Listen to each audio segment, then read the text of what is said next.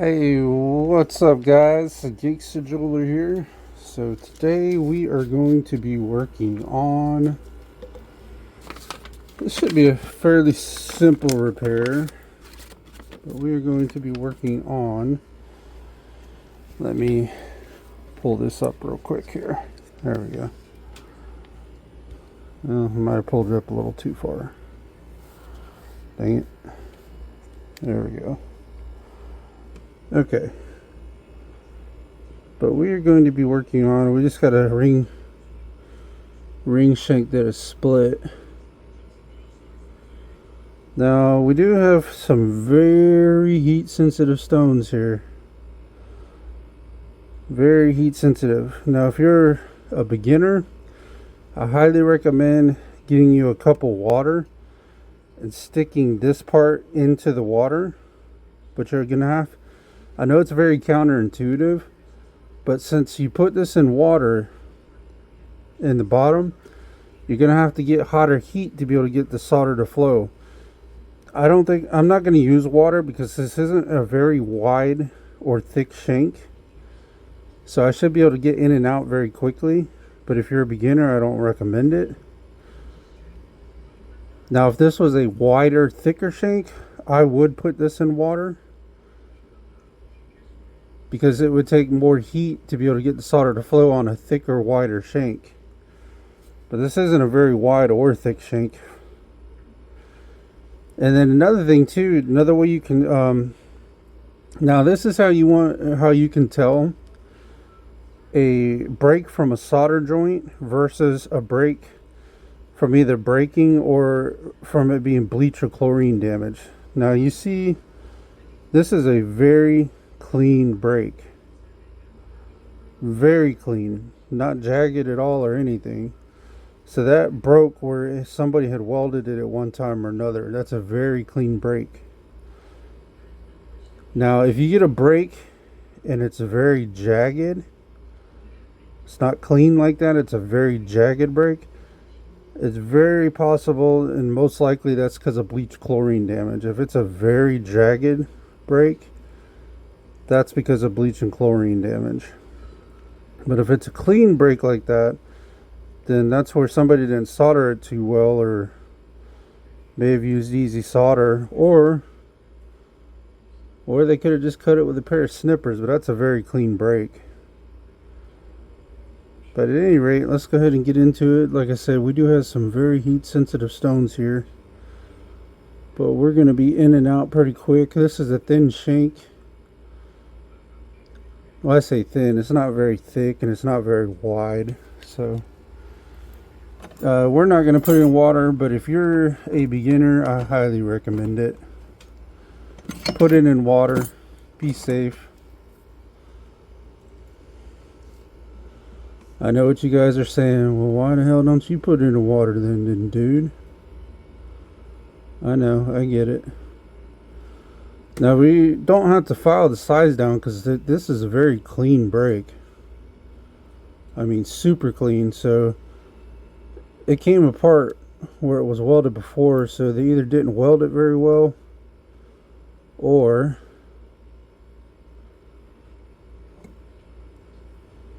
used easy solder. You definitely don't want to use easy solder on rings. You want to use hard. Ideally, you want to try to just start using hard on everything. Prongs, you name it. Just forget the medium easy.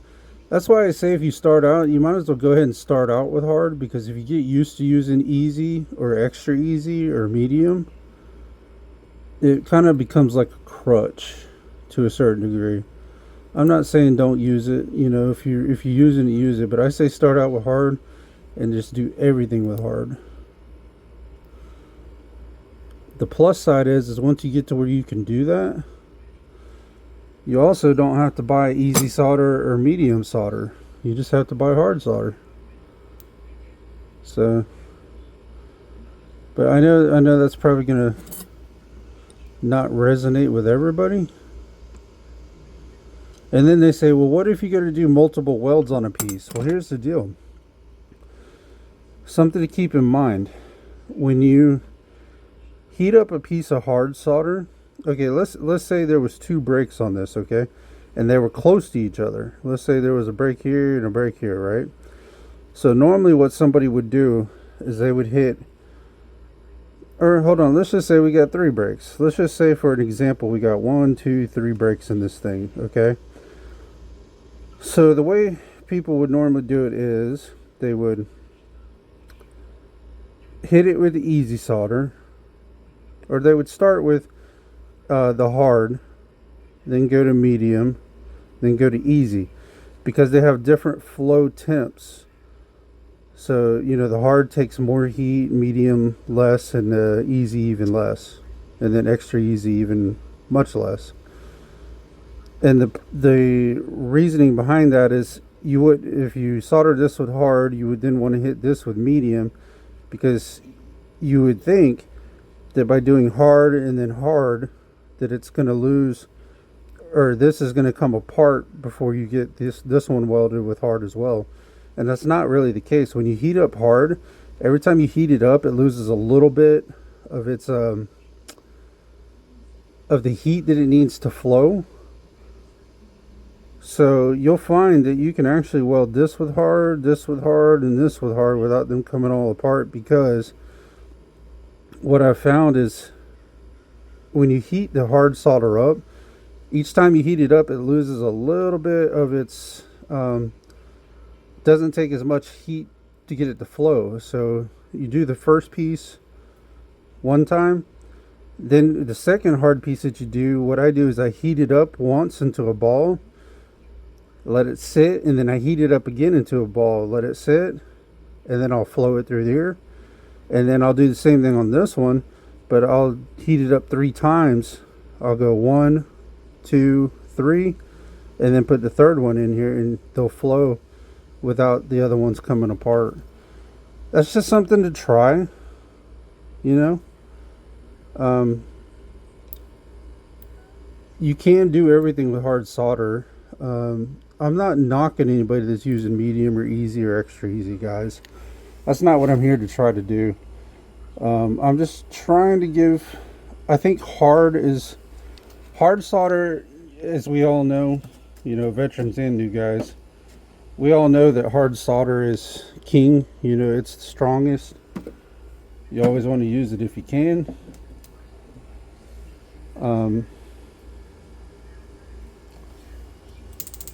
Alright, let's go ahead and light this sucker up. We gotta be careful though, because we do got them heat sensitive stones aboard. But we're gonna be in and out fast, so not overly worried about it. Not overly.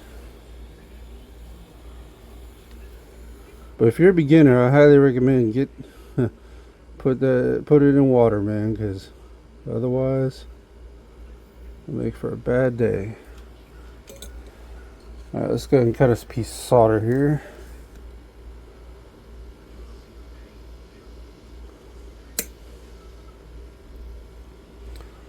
Alright.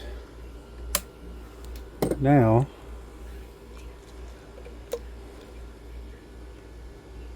put our flux on there. Now I haven't put this video up yet, but I did try what you guys said, putting the solder on the piece, and I'm not a big fan of it, but whenever I get to that video and get it uploaded, yeah, I mean, if it works for some people, I'm not knocking it, man. You know, there's many different ways to do jewelry repair and get the same outcome, you know, but it's just not for me. I didn't like it too much. As a matter of fact, when I did it, I had pitting that I had a hard time getting rid of. I don't know. I just think with the solder being on the piece, and then when the flux bubbles up and then it flows, I think that's why I got the pitting. I think that's because I used to do it that way, and that's why I started doing it with the pick, because then I quit getting all the pitting bullshit. And 2, you'll get pitting if you get the piece too hot or get the solder too hot. So, I mean, I get that as well. But if it works for you guys, I'm not knocking it. Like I said, there's many different ways to get the same outcome. Let me go ahead and zoom you guys in here. And our goal is to be, we're going to crank the heat up a little bit, because we want to be in and out of this thing. We don't want to be hanging around with this piece. Let's go ahead and grab our solder here.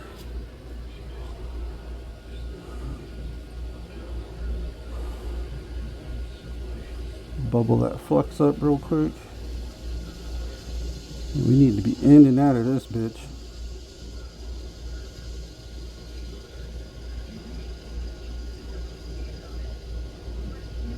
Alright, here we go. Oh, dang it. Dropped my solder. No. Drop the solder, guys.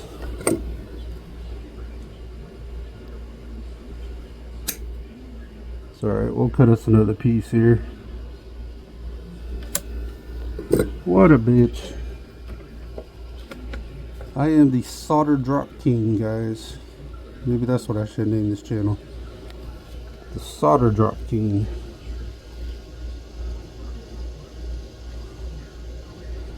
Alright, let's see.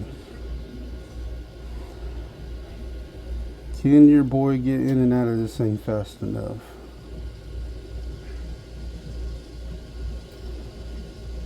Just let that cool off for a second. Alright, let's roll, y'all. Let's do it.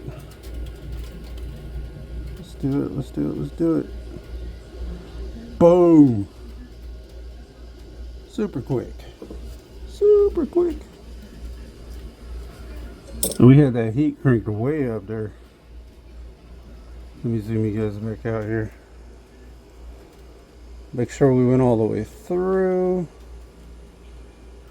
Looks like we did from what I can tell. It's kind of hard to say for sure.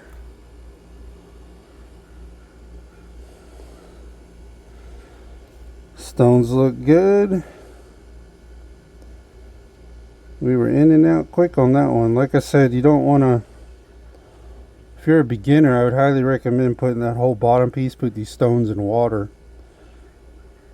Oh yeah, I went all the way through the bottom. Perfect. I think it did. I'm trying to look at it through the camera and I can't really tell. Yeah, it did. Okay. Nice. See guys, I told you that was going to be quick. Quick. Now, if this shank was a lot thicker and a lot wider, it would take more heat to get it to solder to flow. In that case, I would have put this in water for sure. 100%. Now, something is counterintuitive, guys. When you put something in water, it's going to help dissipate the heat. So you're actually going to have to crank your torch up to get the solder to flow, because the heat, the part that's in the water, is going to help dissipate the heat and the solder won't flow. So I know it's counterintuitive. You would think you want to use less heat, but you're going to have to use more heat when you put this in water. Put the bottom part in water, because it's going to dissipate the heat and you won't be able to get the solder to flow. But those stones are good, guys. But I knew I wasn't going to have too much of an issue with that. We get in and out pretty quick. Real thin, not a very thin or thick or wide or thick shank. But if you're starting out, I do not recommend. If you got heat sensitive stones, until you got a little bit of experience under your belt, put it in water. Put it in water. Err on the side of caution. And I know it sounds a little hypocritical. It's like, well, why the hell don't you err on the side of caution?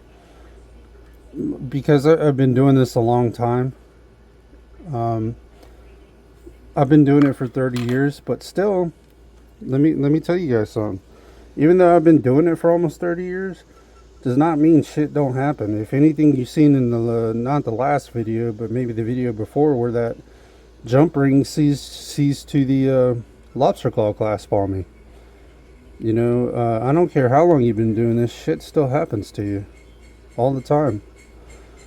The funny thing is, though, is the difference you'll find between somebody who's experienced, though, and that isn't, is when those things do happen, they don't flip out too much because they know they can fix it.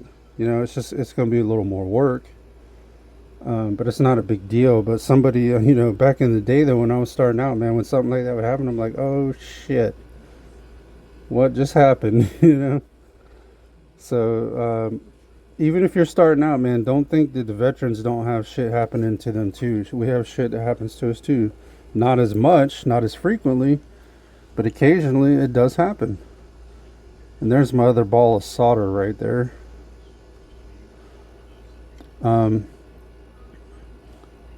But I don't know everything. You know, I take some of the things you guys say in the comments and I try to implement them. Like, I don't think I've uploaded the video yet, but I did try somebody had mentioned about putting the piece of solder onto the piece and soldering the ring that way. I'd done that, but the problem is I had a lot of pitting once it did, and I feel that it had to do with once the flux had bubbled up and then it flowed. There was just too much air in there, I guess. But that just don't work for me. And probably what I should have done was heated it up and let the flux bubble up first and then put the piece on. I don't know. I might try that maybe in another video. I like the putting it on the pick, man. I feel like you have more control over it. You know, whereas if you just set the piece on there, you don't have a whole lot of control over it. But that's just me, guys. Alright, this should be cool enough. Now I know we got some white stuff. That's from the boric acid denatured alcohol. That'll come off in the ultrasound. But we got our piece welded there. Got her welded all the way through. So let's go ahead and let's file this inside down real quick.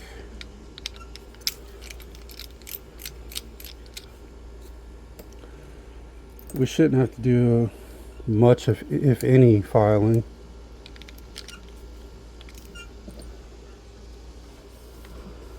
Shouldn't have to do a whole lot.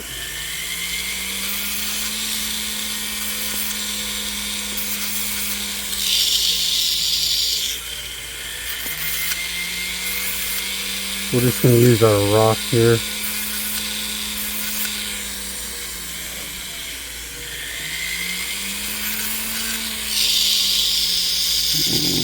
Alright, a little more filing.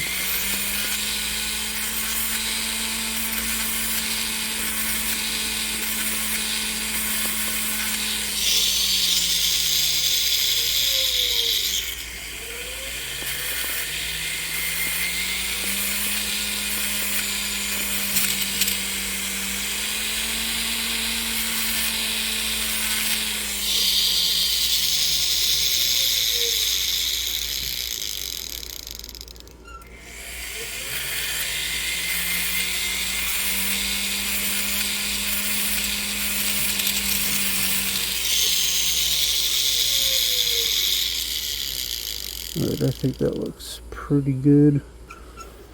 Let's go ahead and round this thing out now. Get it symmetrical the best we can here. We're just going to use our rawhide mallet, not rubber mallet. I know, I like to say rubber mallet. But somebody corrected me a while back. They're like, that's a rawhide mallet. That ain't a rubber mallet. What's wrong with you, dude?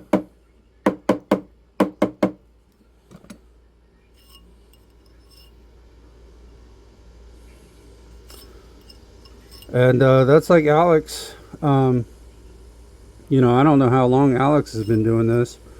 I know he's been with the channel almost since the very beginning. He was one of my early subscribers. You know, He had made mention in my last video, we were putting a stone back into a channel set, and he may be right. He very well may be right, you know. But what it is I put the stone in the channel set, and I noticed the two stones on the opposite sides of the ring, of the where the stone was missing, were loose, but I didn't check before I put the stone in. So I don't know if they were already loose or if they became loose because, like he said, I put a little bit bigger stone in there. Which will happen if you put too big of a stone in a channel setting and you force it in there. It'll loosen up all the other ones next to it. I'm not sure if that's the case, but it could have been.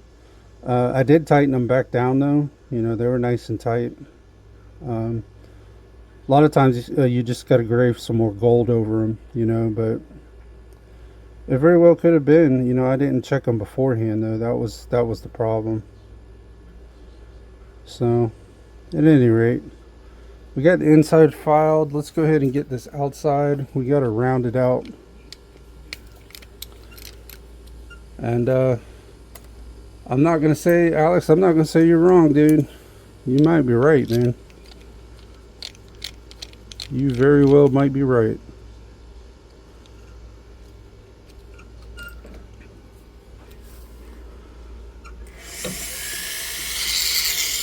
And if that was the case, then, you know, that was my oversight.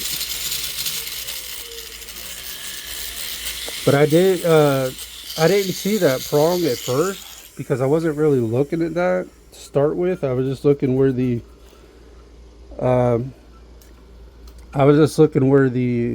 stone was missing.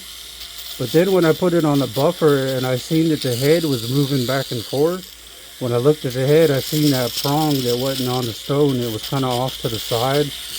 I was like, oh boy. I was like, yep, this thing's been whacked a few times. So I checked the other prongs. The other ones were okay. It was just that one that was kind of off. And we got that one back on there.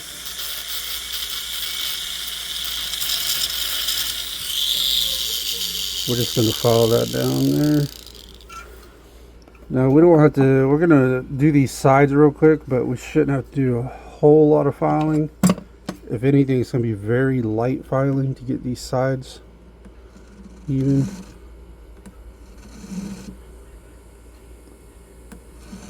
But yeah, I seen that prong, and when I seen that prong, I was like, oh boy. I was like, this thing's taking a hit a couple times.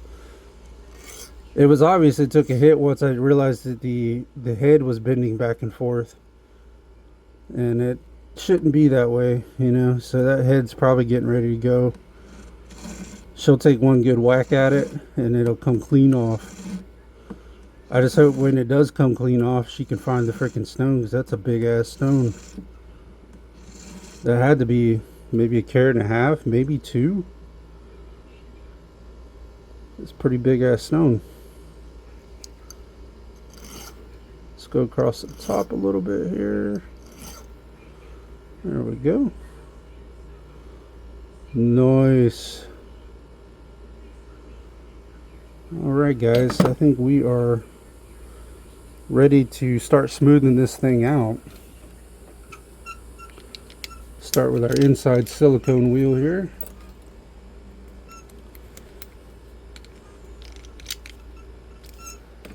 Let's do that real quick.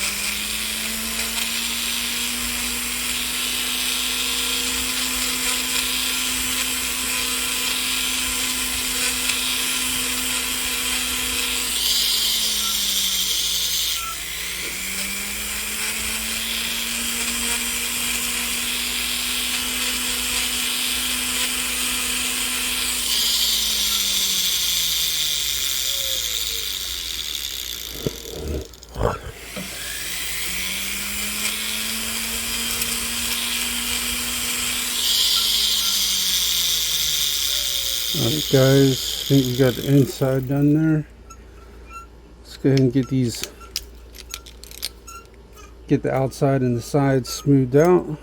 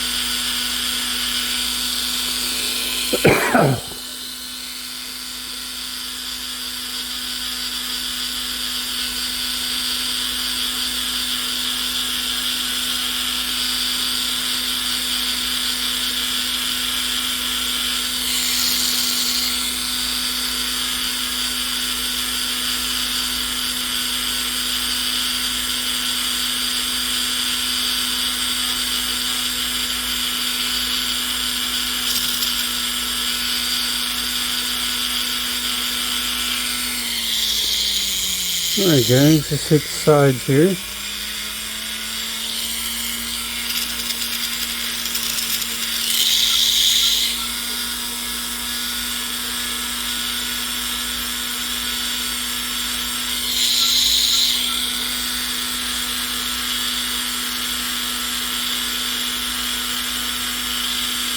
Yeah, I think that's first time I've had Alex kind of be critical of me, which rightfully so, if that may have been the case, you know. Like I said, I can't argue with that theory because I didn't check the stones on the side of it that were next to where the stone was missing beforehand, just to see if they were even loose. So that is a oversight on my part, Alex. Man, you got me on that one, bro. You got me.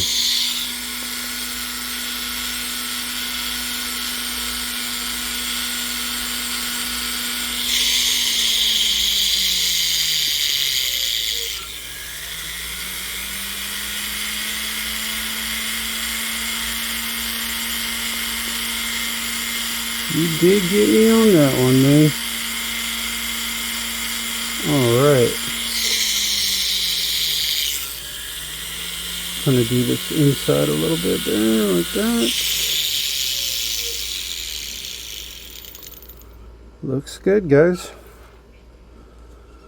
Alright, we're gonna go drop this into ultrasound real quick. And then we will go polish her up. We'll be right back. Alright guys, we are back with that ring. We dropped it in the ultrasound. Stones look a lot better when they're clean, huh? They're ugly yellow underneath though. That's what's weird about it. But top looks nice. But anyways, we're ready to get this thing polished up. So let's go ahead and do that real quick.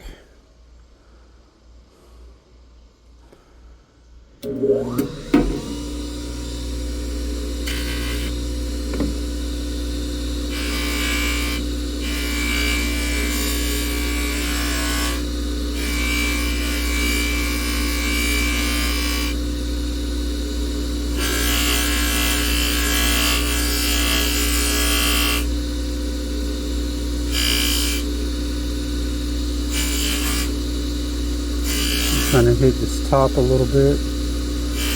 We don't want to hit it a lot.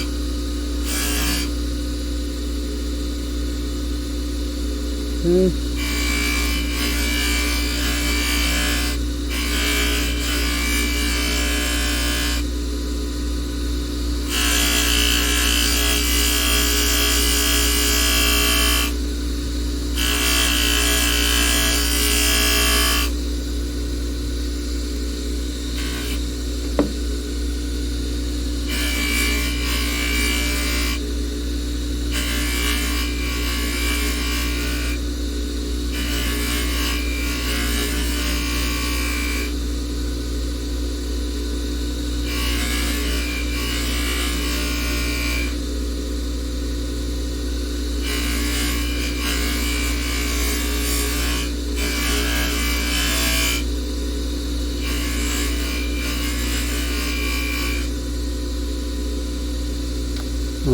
Alright guys, let's go ahead and hit the sides here.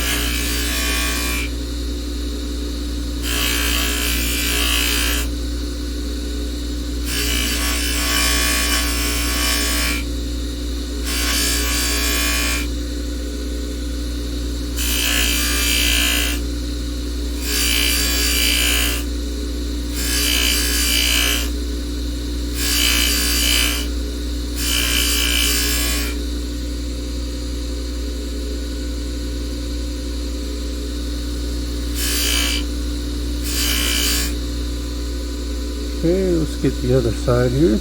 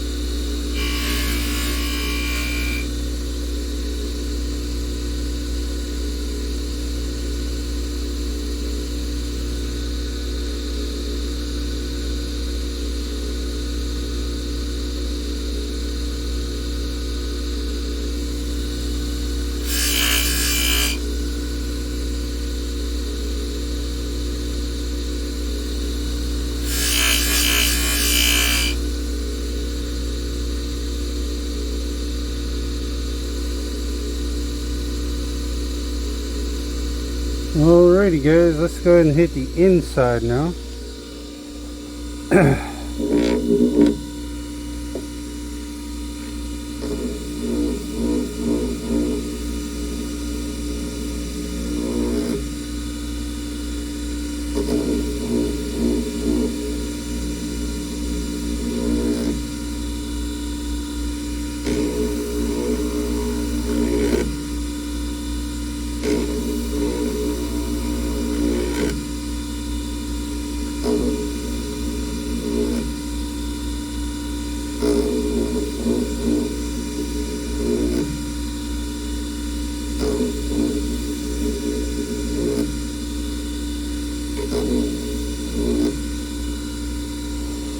Alright guys, I think we are ready to go clean her up. I think she is ready to roll, y'all. Alright, we're gonna go drop this into ultrasound. I'll clean her up and we will come back and look at the finished product, guys. We'll be right back. Alright guys, we are back with that ring. Some nice looking stones, man. Look real nice when they're clean. They're ugly at the bottom though. They're yellow at the bottom, which is weird. But at any rate guys, this was a fairly simple repair. Wasn't too complicated, nothing too crazy. We were able to get in and out quick. Like I said though, if you're a beginner, I highly recommend, if you're working with heat sensitive stones like these or opals or garnet, darn it, anything that ain't red, white, and blue. If it ain't ruby, sapphire, and diamond, it's heat sensitive. So at any rate guys, I appreciate you guys tuning in. And oh, and when I say diamond, I mean real diamond. Just because I say red, white, and blue, if it's a CZ, it ain't taking heat, it'll shatter. So just keep that in mind. Always kind of inspect your piece before you work on it. Figure out how you're gonna approach it, you know. But this is the Gangster Jeweler, guys. I appreciate you guys tuning in. Appreciate all my loyal subscribers. Alex, Robert Hunter, Lord Mark, even though he can be a little A little obnoxious from time to time. But hey, we appreciate him being here, man. What would the channel be without people like him, right?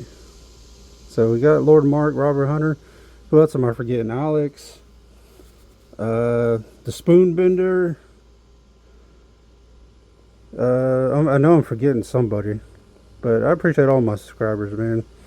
But this is Gangster Jeweler. If you'd like to subscribe, that would be fantastic if you're new to the channel.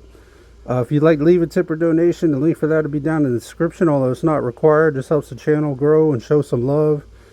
And maybe if you learn something from these videos. If you're a business in the if you'd like for me to start doing your repairs, you can visit my Etsy shop. I'll have the link for that down in the description online. And if you're a business in the Jacksonville or Orange Park area and would like for me to start doing your repairs, you can shoot me an email. I'll have that down in the description. But also, if you'd like to check out my Kick, Beam, and Rumble live streams, I'll have the links for those down in the description. Also, if you want to check out the Gangster Jeweler on Rumble, I'm over there as well. It's basically the same channel, just different area. You know, unfortunately, you gotta spread your wings a little bit. You can't just stick with one platform, especially YouTube, because you never know when they're gonna ban you or try to kick you off or something stupid. You know, so I've put my channel over on Rumble as well. Kind of build on both sides, you know what I mean? Because YouTube and Twitch, man, like YouTube is hurting themselves bad, and so is Twitch, man. Kick is growing in popularity so fast because of the way Twitch has been over there. It's so crazy. But anyway, guys, that just goes to show the companies, man. You can't be dickheads to your people, man, because they will find a way to make it better if things get too crazy. And because of that, YouTube will probably knock this video down to 0 now. Probably won't get no views. Which is fine, you know, hey. I'm here to be honest, guys. I'm not here to hide shit. But anyways, this is the Gangster Jeweler. I appreciate you guys tuning in. And I will see you guys on the next one. Take care, y'all.